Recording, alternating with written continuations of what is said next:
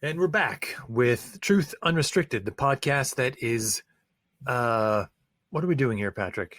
What is this podcast about? Well, we're discussing Unreality on film. Yeah. We are, and more generally, though, we're creating and interpreting the language of the disinformation age. And you're right, today we are talking about unreality on film, the ways in which things that are not real but are meant to look real, which technically is all of fiction, right? It's meant to look real, but it isn't real. Mm-hmm. But in these specific cases, we're looking at things that are looking like the real life things that are unreal. And they're kind of like they're devices that could migrate into reality if people aren't careful about how they use them. Yeah. I just did, as we record this, I released an episode just last night, less than 24 hours ago. About subjective reality. Yeah. It was, I really cranked it up on that one. It was good. Yeah. I made sure that I got some people's brains humming. But yeah, how we look at reality. I mean, your reality is just your subjective reality is your reality. And I just thought of a new possible byline: Truth Unrestricted, pressing the gas pedal on your brain. Okay, all right. No, I'll put that on the list. I'll put that on the list right. For the next time we switch it up. Okay, so we are here. We're going to talk about the Manchurian Candidate today, and actually, the next time that people are going to hear and see us on this podcast, we'll also be talking about the Manchurian Candidate because there was so much that it's going to be 2 episodes. So yeah, it was 2 movies also. So that's part of the reason why, but it's not like we're doing one movie in one episode and the other movie in the other episode because we get a little repetitive. So both times we're doing both movies. It's a whole thing. Cool. Yeah. So, what did you think of these movies, Patrick, that I made you watch, tied you to a chair and propped open your eyelids and made you watch them? I'm picturing the robot chicken intro. Is it a take on the Clockwork Orange scene? Yeah, where maybe. Yeah, eyes are propped open, little eyedroppers are put in his eyes, so he watches the whole thing. Yeah. What I thought of the movies, for me, it was really interesting watching the first version of the movie because I've never watched anything with Frank Sinatra in it. Yeah. Right. And, he's one of these legendary characters of both music and film from back in the day, old Blue Eyes. Entertainment in general, right? Like live shows and the works. Yeah. Yeah. Yeah. But, it was interesting to watch the aspects of filmography, the cinematography of it, and to kind of compare the older version to the newer version, just in terms of, there's more thought going on that kind of filmography front by the time we get into the 2000s. Cinematography, how they use like the camera and the angles and the zooming in on certain things and actor reactions. Yeah. Like they weren't trying to cut everything when they were doing it analog because it was like manual splicing, right? It was very difficult to do. So they, it drew an interesting comparison as well. Just where we kind of drew some of the cultural lines between, what's acceptable on the screen. Oh, yeah. We're gonna good catch. Yeah. The 1962 version, it's got some racism in there. It's got things that are just not acceptable weren't the 2004 version. There was a lot of things that just weren't any more acceptable in the 2004 version. Like as a society, we just weren't putting that sort of thing in movies. But you had all kinds of racist stereotypes coming through, and these were just parts of movies in 1962. There was a real kind of look backward at that. But I think we would be remiss in not mentioning it for real because it's not subtle. It doesn't feel subtle anyway. Right. Yeah. You're immediately thinking about how well it's aged or not well, right? So for sure, right? I mean, and this movie, I mean, I would prefer to compare it to we're comparing these 2 movies to each other. They're the movie and the remake. But I would almost prefer to compare it to like The Exorcist instead, because that's more what this movie in 1962 was going for. I want to scare the audience with some kind of magical thing that they don't know how it works, and it's meant to show people how vulnerable they really are, right? And that could easily describe both the original Manchurian Candidate and also The Exorcist equally. Like, you wouldn't know, like, if I just left those descriptions there and then left the two movies there, you wouldn't really know which one I was really talking about, right? So that's kind of more what they were going for. They weren't trying to make a political message of any kind. Not really. Like some moments in there are kind of like that. There's moments in there about, that seem to be obvious references to McCarthy, right? Joseph McCarthy. I mean, the talk of the communist, and the one scene, there's a guy, he's a politician. He's we should give spoiler warnings. Fuck it. 1962. You had time to watch this movie. Yeah. I think this entire sub-series is a spoiler warning of sorts, right? Yeah. Full spoilers. Do not watch a show about a show if you haven't watched the show that show is about. It's in the title. Advice for life. Yeah. It's in the title. Yeah. And 2004 is 22 years ago now. It's statute of limitations is over on that. But yeah, you have what was I just talking about when I got talking about that? The comparison between the original Manchurian Candidate and The Exorcist. Yeah. And the kind of the way that they weren't making individual like a political, they didn't have like a political message or political theme really. Except for, like, they did have the one character who was a politician railing on about communism and about how there are communists in the whatever State Department or whatever, and he keeps, in the same interview, that he keeps throwing out a different number of communists in like a 1.5 minute span. I'm not using that clip. We're not talking about it today, but he's just like, and everyone's like, how many were there? How many? And the number keeps changing, goes up, it goes down. And it's like, no one knows how many. And the guy who's saying it doesn't even know how many, like, and it's almost comical. Like they in 1962, Joseph McCarthy and the whole Red Scare, technically the Red Scare was still happening, but McCarthyism as a thing was just a few years past being done. So I think they were obviously aiming for that, right? But it wasn't like a central part of the movie, really. So yeah, I mean, this is more like a horror movie than like a political thriller, in my opinion, because what they really want is to scare the audience. So yeah, I mean, that's what that looks like. As far as comparisons to the 2004 version, I mean, obviously it's much better. Most of the actors are better in the newer version, I think. I have trouble imagining that there are many actors better than Denzel Washington, really. I mean, he's good all the way around. Every role, all the time. Yeah.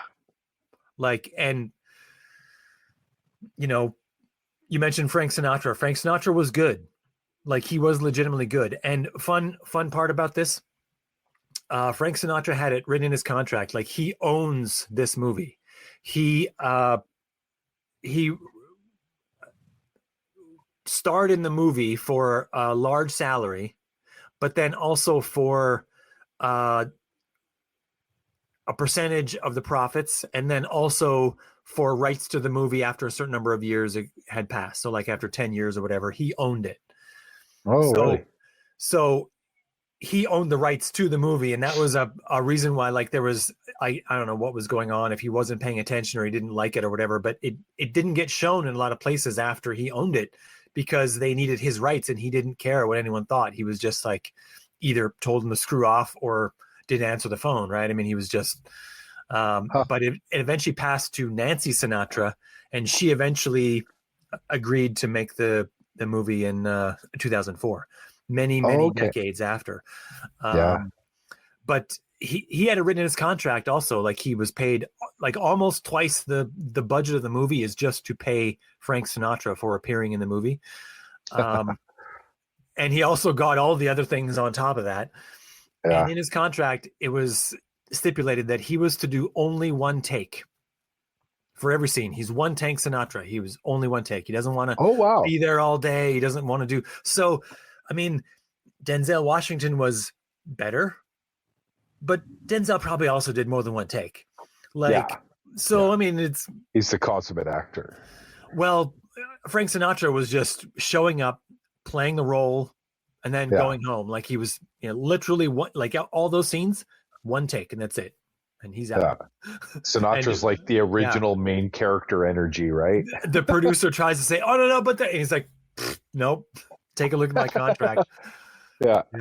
Sorry, director, you had one shot. And actually, there's one moment in the movie that was a little out of focus. Like it's hard to notice. Like if you're watching it, there's one moment. I was reading about all the trivia on this. There's one moment that's a little bit fuzzy, and they didn't notice at first when they did it, but then later when they're putting the movie together, the director's like, "Oh no, it's this one scene is out of focus. I can't believe. Oh, I have to reshoot this scene." And then Sinatra said, "No, just use that scene." Not interested in another. No, I'm not going back. I'm busy. I got other things to do. I got a show. Like I got Dean Martin to hang out with. Like I'm busy. Like I got mob guys to like do business with. I don't have time to go do reshoots. What the hell is this? Grade 4, class pictures? No, I don't think so. But to me, these movies were they weren't terrible. I'm not going to say they're terrible, but they were muddled. Okay, like both had plot points that were muddled. So I'm just going to take a couple minutes and go through them, how muddled they were. Okay. So 1962 version, it's called The Manchurian Candidate. Mm-hmm. So the candidate is actually a minor character in this film, and that person was never in Manchuria. So there has to be a different candidate other than the candidate who's the candidate in the film, so that part, right? Okay. So the plot also at many points, it suffers from the need to bend around the need for the star, that's Frank Sinatra, to appear heroic and important. That's what I found when I watched it, is that there were too many moments where it was like you could have done it in another way that made the story flow better. But because you have this great big star in Frank Sinatra that needs to look very, very heroic, everything has to happen. Everything has to happen on him. Nothing important happens unless it's him doing it, like all of those things. So it suffered from that, right? In my opinion. Marco, which was Frank Sinatra's character, he could have stopped Shaw. That was the other character who's the one being mind controlled. He could have stopped Shaw from doing the execution at the end of the movie, because he's got him in his apartment. He's talking to him. He knows that he's got this mind control problem, right? He's going to do what they tell him to do, like he knows about this, and he lets him go anyway. And he's like, well, I guess I got to, like it's this weird sense that he's got to do it the right way. Like Batman can't just, go find the Joker now. He's got to wait for the Joker to commit a crime or something, right? And it's this weird sense that I think maybe made more sense in 1962, but it's a lot more muddled now, right? So also muddled, like the method they came up with as a means of activating the control mechanism of the hypnotized person being mind controlled. It was a little too commonplace, and they even showed this in the movie, where there's a moment where someone in a bar says the words and he sort of becomes temporarily mind controlled, and the one guy says, I think the one lady says, go take a walk in a lake, and he goes to the lake to go walk in the lake, kind of thing, right? And it's like this moment where I think they're trying to show how this hypnosis thing isn't foolproof. But in doing so, they also kind of showed that it was also kind of hokey. Like it's It's got this weird vibe, and I thought that was kind of off. Um, we never get a real explanation for how Shaw is able to overcome the hypnotic mind control in the final scene. So he goes and he does what he's supposed to do, except that he shoots the wrong people. And by the way, the people he shoots are his own mother and his stepfather. So it's like, okay, well, in this sense, like he's able to override the mind control, but then only enough to like shoot them instead. But that's his mother. Like, I don't know. As much as she's the bad person in the movie, like that's still his mom. Like, I don't know. I don't know if I could shoot my mom, even if she was trying to take over the government. I might turn her in, but I don't know if I could shoot her. Like that seems the whole thing seems a little off. I don't know. She also stole his only chance at love. Well, okay. Yeah, but he killed that woman. I don't know. Yeah, but I mean, he's understanding that her part in it. I don't know. So for me, when I watched the first movie, it seemed like it seemed plausible that Ben or Marco, his attempt to deprogram Shaw was when he's saying like, listen, anyone says anything to you about solitaire or whatever it is, he's like, you tell them it's over, right? So I almost thought, like as I was watching it, I thought Shaw was going through the steps because he knew that was what was expected of him, but he was not planning on committing the hit. But yeah, I mean, he was somewhat robotic, as if he was in a trance state. So it is a really good question you bring up. How did he defeat the programming? Or was it just that the programming had eroded to a point that the programming was now not as tight as it once was, right? Those are all things the audience is left to imagine, right? Which is it leaves it as sort of this weird sense. Yeah. Yeah, and Ben pulling out more and more queens. Right? I was just like, oh fuck, he's a master of this shit now. Deck, like the whole deck is good. Yeah, he's like, yeah, exactly. Now what's gonna? It's just like, man. Yeah.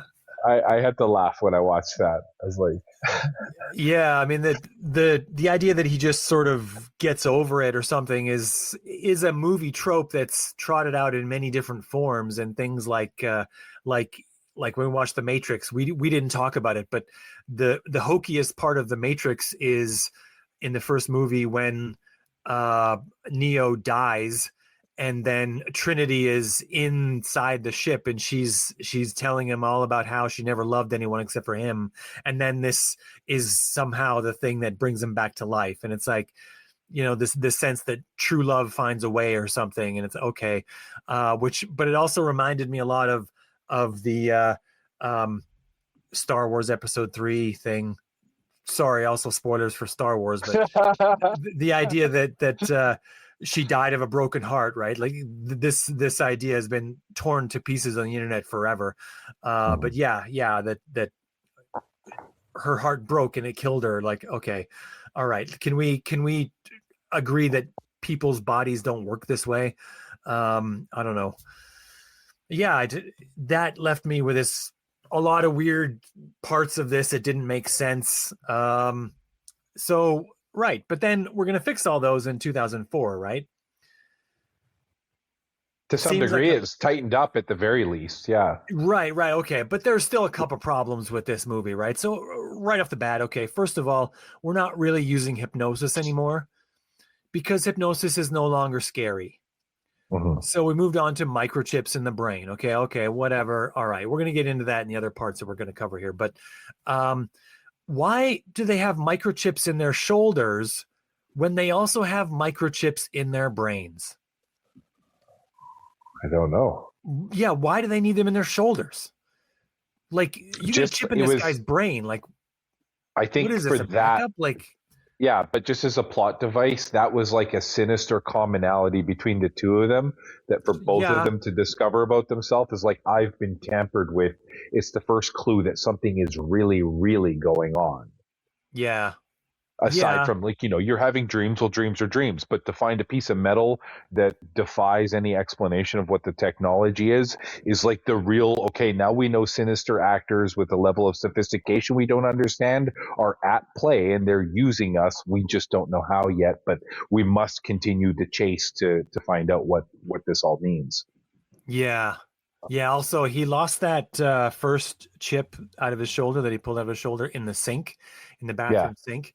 And anyone who's done any level of home maintenance knows that you can just take apart the little dippy part that Kurt for first in there. You can get that thing. It's right there. Just don't keep flushing water through there.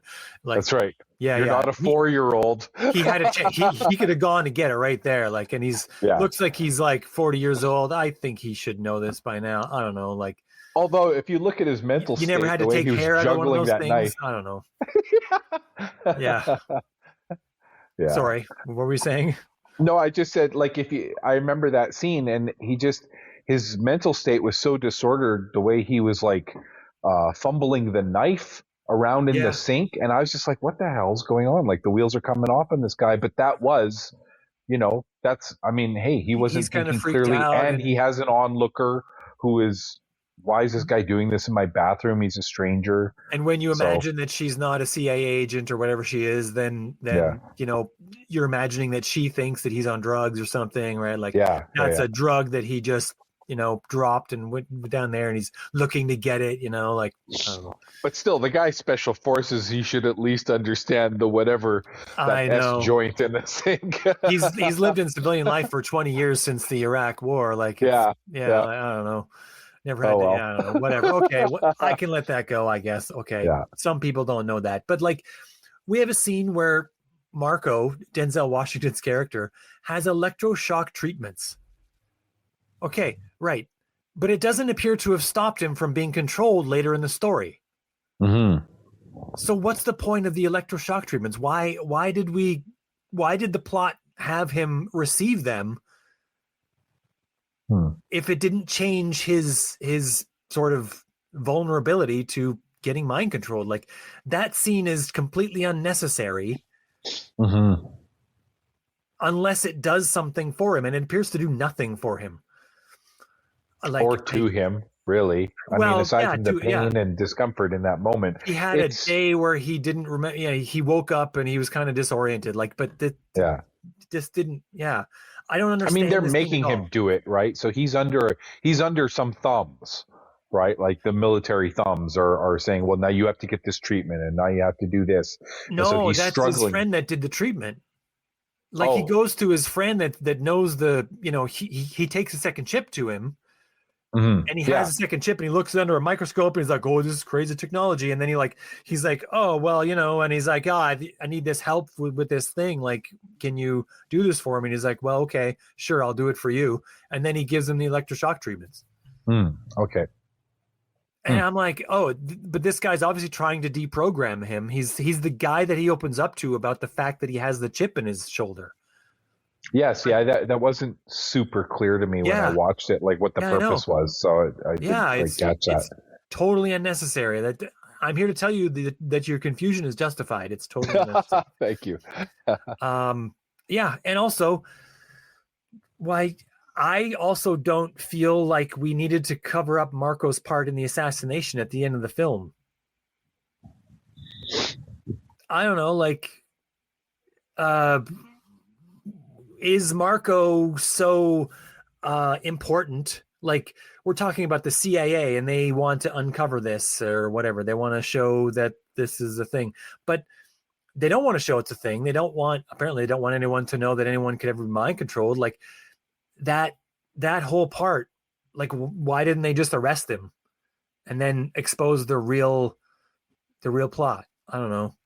Like, well, okay, so maybe you had planned on talking about this, but one thing that kind of stood out to me was the like, in both movies, these things are done to these soldiers against their will.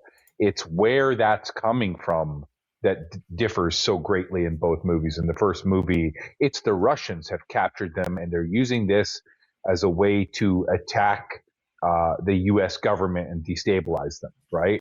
Whereas in the second movie, the call's coming from inside the house. It's his own government doing this to him as part of their psyops, or whatever you call that, when they're just doing crazy shit to their soldiers, right? So you would need a cover-up in the second movie. Otherwise, you expose the fact that the CIA or the military or whoever, they're just out there team killing their own people and using them up to, for nefarious ends.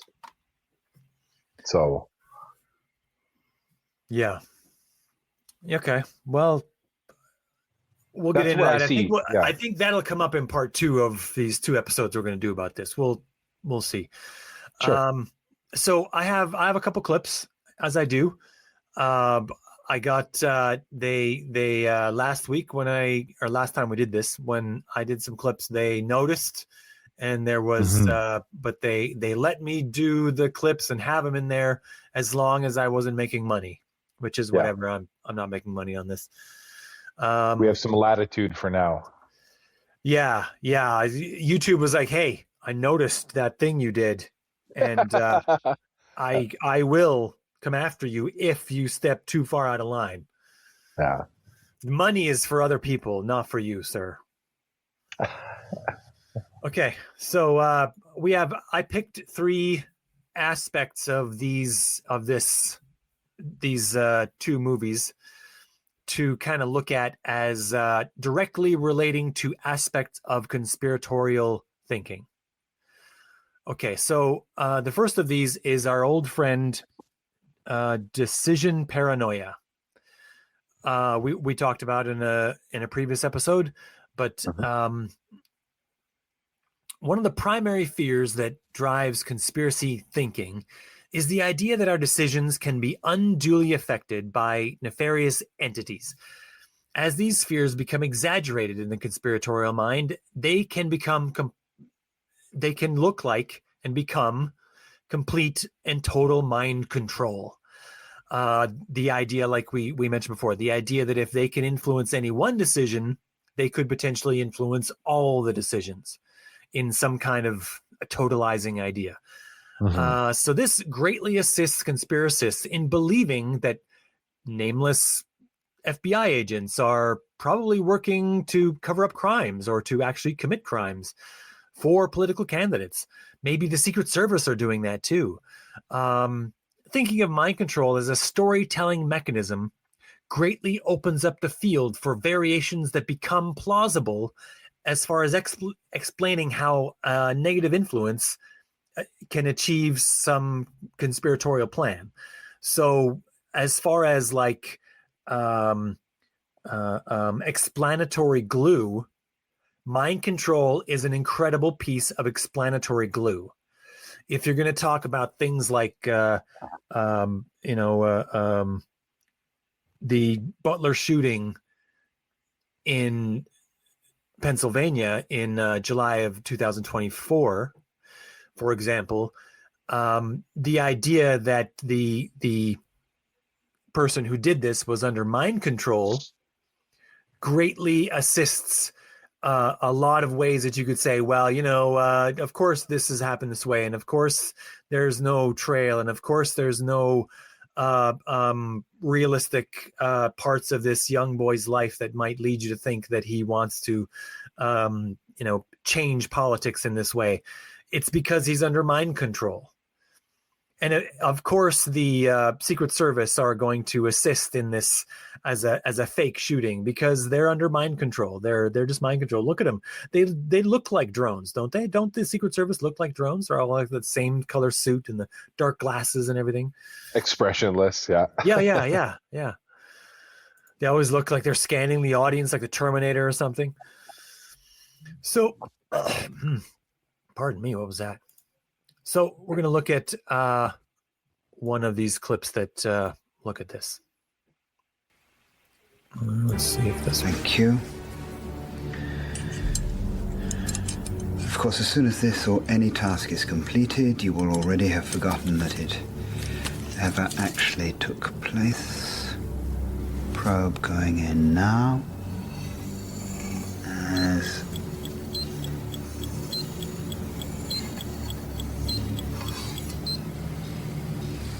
good. Excellent. Releasing implant. There, that wasn't so bad, was it, Raymond? No, sir. It's good. No decay, no slippage. Everything seems to be in flawless working condition. So that was a clip from the later of the two movies of the microchip being inserted in the brain. Very vivid. I thought this guy who's playing the doctor in this kooky doctor, he was so perfect. He was maybe the best performance to me out of both movies. He feels like he is the clinic. Like he feels like these procedures that he's doing, and he's so calmly explaining them as he's drilling holes in a person's head. It feels like he thinks they're just puppets. And that's definitely the impression I get. And that obviously was what they were going for in the film. These are just puppets. These are toys. These are wind-up toys. They're going to do what you need them to do. And of course, the imagery with the probe entering the brain and everything. It's just a picture. It's just an animation. But it is come together, and it makes it feel real that someone's is getting this chip in their brain. Of course, what it's doing when it's there is also, like, neuroscience, when you really look into it, will tell you there's no single point in the brain you could put a chip that will really allow you to control what's happening. Yeah, that's not how the brain works. You'd have to put chips. You have to put 10,000 chips in there, and even then you might not have enough, right? It would be, the entire, just replace the brain with. We'll talk to Elon Musk and see what they're up to over at Neuralink there. I'm sure that he's on the case. Yeah. But they're getting there. this provides a plausible story. What seems to be a plausible story for the idea that, you can see it. It's this chip. It's chip in the brain, and of course, a lot of people thought that vaccines were going to be chips inside people for this exact thing during the pandemic. Where I don't know where they thought the chips were. Were they in the syringe? Like, I don't understand. I don't know. It's weird. They're the explanation was never forthcoming. It was never a thing where they were going to exactly explain all the details, all the clinical details of exactly how it worked. They were just, oh no, chips, man, microchips. Yeah. Microchips. Pets get them all the time. Microchips. Yeah.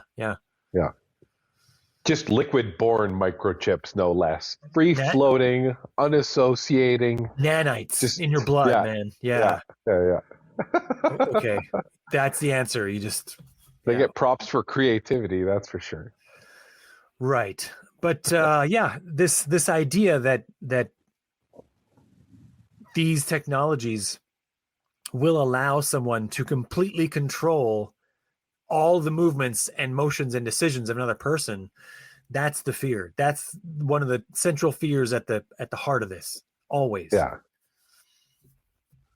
Well, I mean, you also look at how pliable Shaw was. Like, he's conversational with the doctor while the doctor's opening his brain and the doctor's telling him what he's doing. He gets that creepy smile on his face, which I thought was a nice touch. Yeah. This creepy vacant smile, like, I'm doing good here, aren't I? His head is held perfectly in place so that the probe goes in at the right spot. Yeah. I don't know. It's but that's the way it appears to those who are really deep in this. So the next point here, I have the wrong window open. I'll close that. The next point is, have you ever heard of a thing that's called psyops, Patrick? Oh, yeah. Yeah. Psychological ops, the idea that in warfare, the idea is that you portray a falsehood. You portray something to the enemy that they think is going to be true, and then they're going to make a decision based on thinking it's true, and that's going to give you an advantage, right? That's generally how this thing started, which is like the ruse, right? The military ruse. But of course, this idea now is, as far as information warfare, is that parts of society are fake, parts of our life are fake, and this fakeness is meant to make you think that certain things are real, so that you make different decisions, or you're in some way not taken seriously, maybe, or to discredit you. I mean, these sorts of things are in the atmosphere now as ideas. So psyops is one of the major things that a lot of conspiratorial people talk about. So and they come up in this movie. So things like Gulf War syndrome, they become part of the narrative of the second of these films, right? The film didn't have this exact factor. It didn't, you know, they hadn't thought of psyops then, I guess. I don't know. It's like, well, they didn't mention it or refer to it. Yeah. Not in the film, but I think as a thing that people in society think about, they weren't as much of a factor. And I think if you tried to do that in that film with all the other things that were muddling it, you would just muddle it further and it would be less comprehensible. So yeah, but in the second of these films, it includes a thing that's called Gulf War syndrome. So it's part of the narrative to explain how it is that it's so easy for people surrounding our protagonist to dismiss his rantings, right? It becomes a thing that you know about but can dismiss, and that's the psyop. So to a conspiracist, this is the method for reality inversion, right? So if Gulf War syndrome exists and we're using it to dismiss people, then Gulf War syndrome is actually a thing that's meant to do that. And everyone who's had Gulf War syndrome probably had something else much more important happen to them. So they just invert that whole thing. Okay. So to them, Gulf War syndrome isn't actually an epidemic of PTSD and or maybe exposure to chemical weapons, but instead a rumor spread by one of the 3-letter agencies, or maybe like all of them, that you shouldn't believe the insane stories you hear from soldiers who return from places like the Iraq War. They're just ill. They're just, oh yeah. You've heard about this. It was on Dateline, right? Like, you heard about this. This is and if you don't know the specificity of it, that's because that's part of the syndrome. Right? Yeah. Like it's just an umbrella of problems that just, if you were in the Gulf War. Yeah. Someone saw something weird in the Gulf War. That was Gulf War syndrome. It becomes a way to shunt away the evidence. According to conspiracists, it becomes a way to shunt away the evidence. Hey, I want to say, if anyone's watching the video, I'm not crying. I think I'm coming down with something. So my eyes are getting a little weepy. So I'm okay. The audio listeners have no idea but I've just been constantly like wiping tears out of my eyes, but I'm okay. Okay. All right. So, all right. Thanks for the Gulf War syndrome, psyops. Yeah. I just for my part, I wasn't worried. Okay, good. So, okay. Patrick's he's really touched by these psyops. Really, yeah. I mean, the probe in the brain really got to him. Yeah, that's right. Getting all self-conscious over here. Yeah, so let's play the clip here. All right. I have it here. Yeah. What happened to you after you were captured? Black helicopters, secret laboratories, mad scientists, mind drugs, shock torture, and Raymond Shaw. You don't believe any of it, do you? It's crazy. It sounds crazy, doesn't it? It sounds crazy. That's what they wanted me to think, too. That's exactly what they want you to think. That's what they want you to think, too. That's exactly what they want you to think. They want you to think that it's just insanity. That's it. That kind of like ties back to the decision paranoia, where like if you can't trust any of your decisions, because whatever you're thinking is what they want you to think. They're going to tell you, even if you don't have a chip in your brain, they're going to tell you that the things you saw that you think are part of a conspiracy are just you experiencing Gulf War syndrome and you're crazy. Yeah. Yeah, and this lends explanatory power to conspiracy ideas because they get this new mechanism that they get to use to warp the shape of it to fit the thing that they want to be true, which is undoubtedly that the government is out to get them. Conspiracy theories are also just horror films, right? They just want a big bad enemy, and the only big bad enemy that will really fit is the government. At the end of the day, it's always the government. So, how am I doing so far? Am I off track with these, Patrick? No, I think we're doing good. We're on track, and I'm not coming up with ideas that don't fit. I'm not. You tell me if I was right. Well, that one doesn't work, man. Get rid of that one. Like, why'd you bring that up? You can always rely on me to have my curiosity present. So if I don't understand something, I'm going to want to drill into it, right? Okay. So I trust your fluency, though, right? Like that's what I like about this is that you have a lot of fluency about these things. So it's a learning experience for me. I'll just keep throwing words at you till it looks like you believe me. Good. Yeah. Okay. All right.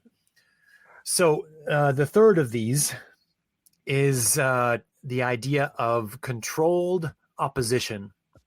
So this is a big deal. Well, not all conspiracists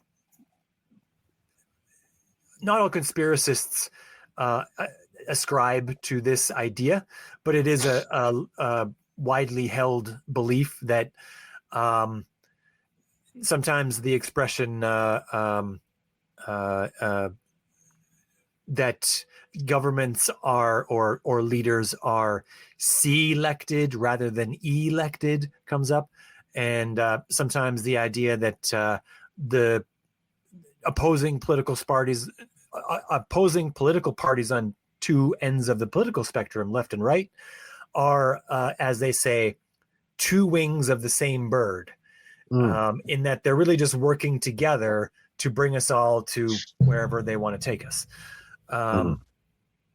So in this case, in the second of these movies, we have Manchurian Global being supposedly not connected to the one politician, and not a partisan player because they contribute money to both sides of the aisle. In this film, this is given as a reason why Eleanor Shaw receiving money from them should not be suspicious. But to a conspiracist who thinks this way, who looks at this, this becomes a sort of a head nodding. Of course they do. Of course they give money to both sides of the aisle. Of course they do, because both parties are in their pocket, right? Like this is the idea that's come up. So let's watch the clip. Major Bennett Marco claims that this man brainwashed you. In his dreams. Contrived to have you win the Medal of Honor, and has you poised to be the first privately owned and operated Vice President of the United States. Sir, I've already spoken with Ben Marco. Unfortunately, he's not a well man. He's delusional. Nevertheless, he's pulled from his mad hat some remarkably lucid connections between his dreams of your exploits in Kuwait and this Dr. Noyle and the private equity fund Manchurian Global, your mother's primary political benefactor for the past 15 years. Oh, come on, Tom. They contribute to half the Senate, both sides of the aisle. Both sides of the aisle. Yeah. Yeah. And this exact notion is also given in the older of the two films. I couldn't find a clip that sort of succinctly showed it in a nice, tidy, 46 seconds like that was. But I will note that the one side is hypnotizing them to mind control them, and then in a plot twist near the end, which also seems kind of muddled when you don't know what's going to happen. Murder She Wrote lady is giving the key words to, do the mind control on her own son because she knows the key words. She's in on the scam. They're communist and she's anti-communist, and they are working together to do something, get someone elected, and it's bringing this idea is that there isn't like different sides working on this. There's just the two sides that we think of as two sides are just one side. They're just one side. And that's the conspiracy notion that comes up, is that all of them are in it together, as in all the politicians that are only appearing to oppose each other in public They don't really oppose each other. They shake hands and share cigars afterward or whatever. What a good show they did, just like wrestling. Yeah, right? yeah. Two puppets putting on a fight, but this is the same puppeteer, right? Right. I wasn't able to get a clip of a scene from the original movie, but I did capture this image, and I'm going to throw it on here, and we're going to describe it for our audio only listeners here. So here we go. Yeah. So why don't you sort of tell me what you see here, Patrick? I see them raising. I remember this scene, where they're raising the two banners of the candidates before they're about to have that convention. Yeah. And so I put them on the screen. I screenshotted it in two places, and I put them both on the screen here, right? And you're right. The top one is a moment late in the film in the 1962 version where they're getting ready for the convention. And they're going to announce the presidential, vice presidential candidates. And they got one picture of each, one on the left, one on the right. And they're very large. And, of course, the movie's in black and white, so they're kind of grayscale or whatever. But they're very large. They're taking up the entire left to right of the screen and the upper half of the screen. Yeah. Then below that is a screenshot from earlier in the film. And this is sort of like the Communist Garden Party where they're displaying their hypnotic control over the soldiers. And to demonstrate that they're communists, they have pictures of two prominent communist leaders from 1962. You have Joseph Stalin on the left, and you have Mao Zedong on the right. And they are taking up more or less the screen left to right. They are in the top half of the screen. They're more or less the same size as the pictures of the two presidential and vice presidential candidates in the other screen. And to me, this is like a nod to this idea that they're the same. They're just the same. They're meant to be the same. They're the things that the one are doing are just the same as the thing the other are doing. The imagery, the ways that they go about it.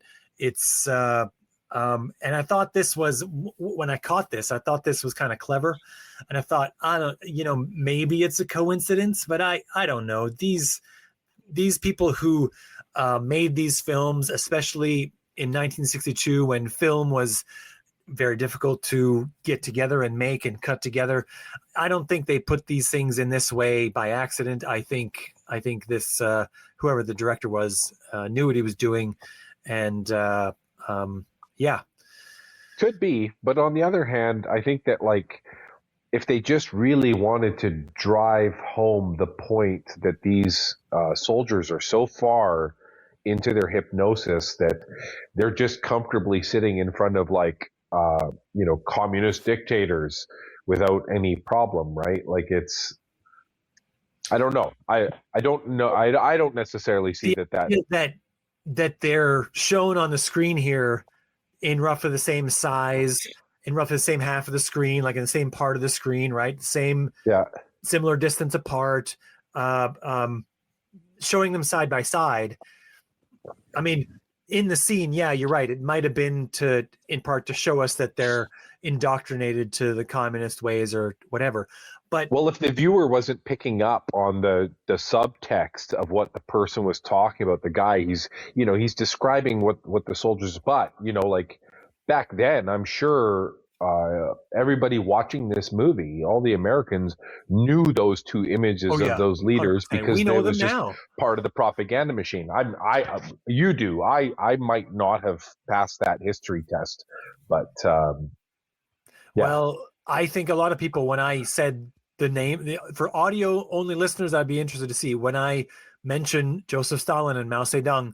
Do you have a picture in your mind of who they were? These were that's a good question.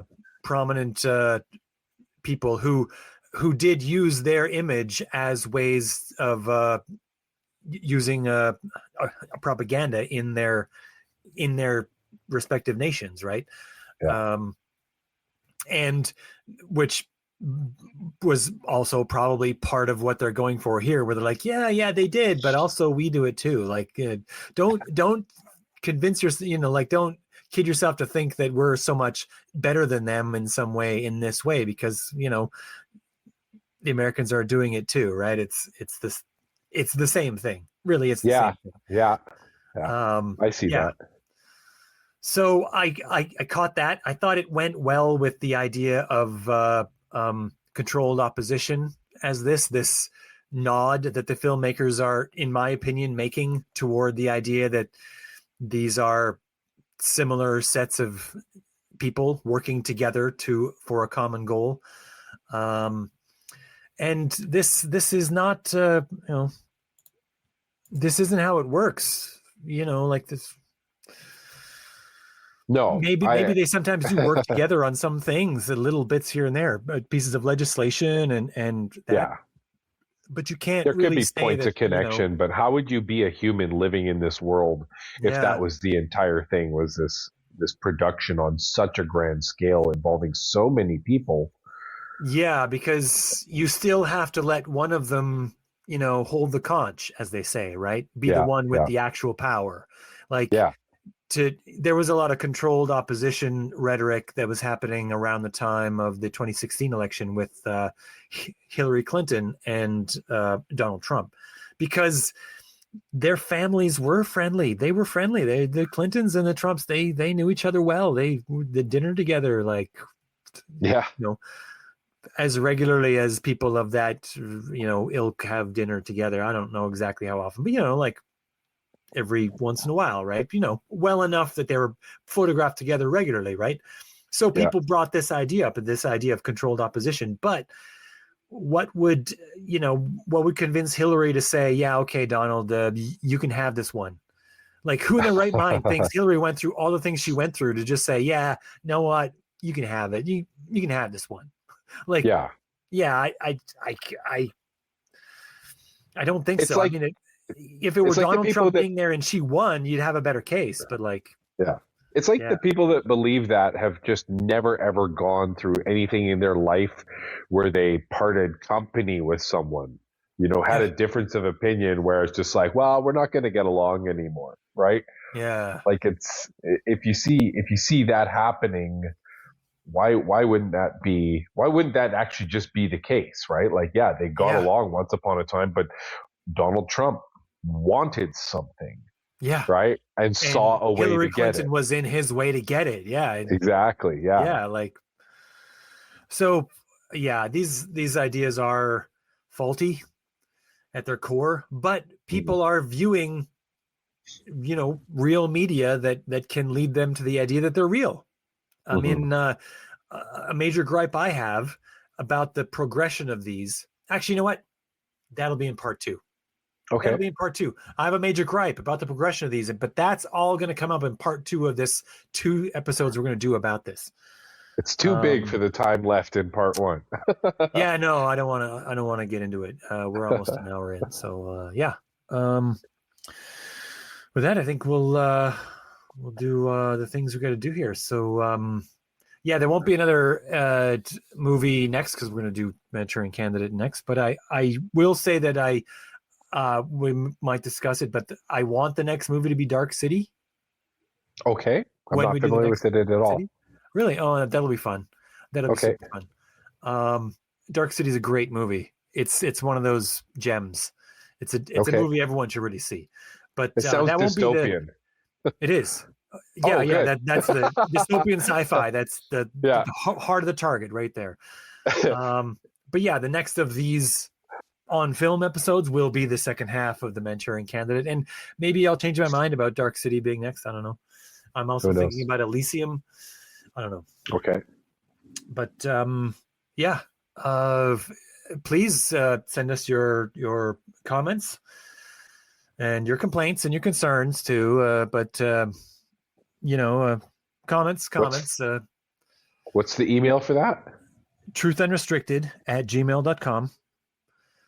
And if you're in the in crowd that knows me on Facebook, you can just tag me on Facebook, or send me an instant message on Facebook or whatever. And on Twitter, Spencer G. Watson.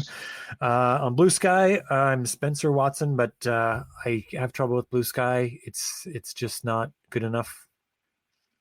Sorry. As an app, or? Yeah. Well, it's. I mean, Twitter, I can follow people and I have a timeline and I can stop. Like I might only have a couple minutes and I might look at a couple and scroll through and I can see that I'm 10 hours behind or whatever. And then I can just stop there and just close it and then come back hours later and then start exactly where I left off and just keep scrolling up. Right. And I get everything in the order it was left for me. Right. Yeah. But I like that too about it. Blue Sky doesn't have that capability. Oh. So I always have to start at the most recent thing. Oh, I start see. Scrolling down in the reverse order from where they were. And I'm like, or I have to like scroll really quickly to the last moment I could read. And I'm like, well, okay, that's annoying. And also sometimes it's a whole day before I get back. And so it's like, okay, well, like especially if you're following a bunch of people, like how would that work? Yeah. You have to go and find each person and get where you were in their timeline. Well, I mean, my timeline is all of them in the order that they posted, right? Yeah. Except that it doesn't start from where I left off. It starts always from the freshest. And it's like, okay, whatever. Facebook does the same thing. I was like, okay, whatever. But also I kind of hate that about Facebook too. So screw you, Facebook. Do better. I mean, it has a couple other problems. It won't let you do group chats. There's no audio spaces. I mean, it has a lot of catching up to do if it wants to really compete with Twitter. It can get there, I think, but it's just not there yet.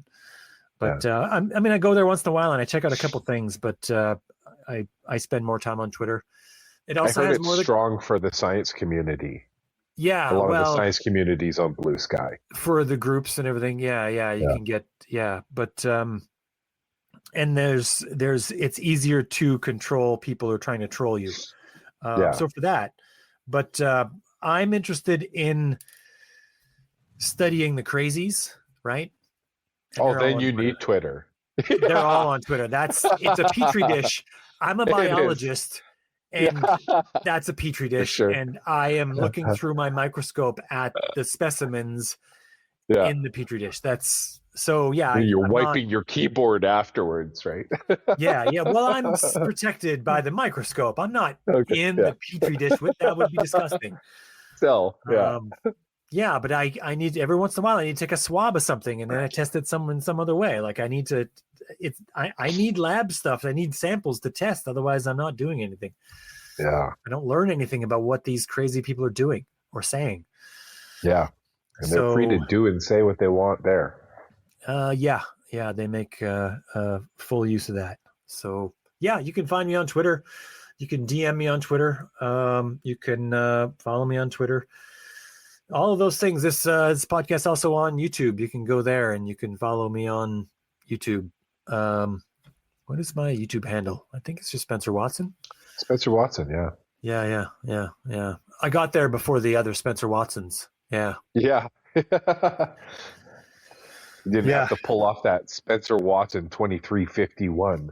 No, I stupidly didn't go to Twitter right away, so I had to be Spencer G. Watson.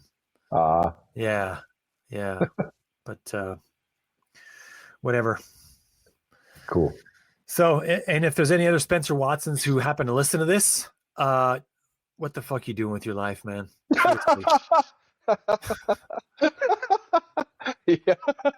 Get a grip. Come on, man. Come off it. Yeah. All right. So with that, we'll sign off. All right. Cheerio.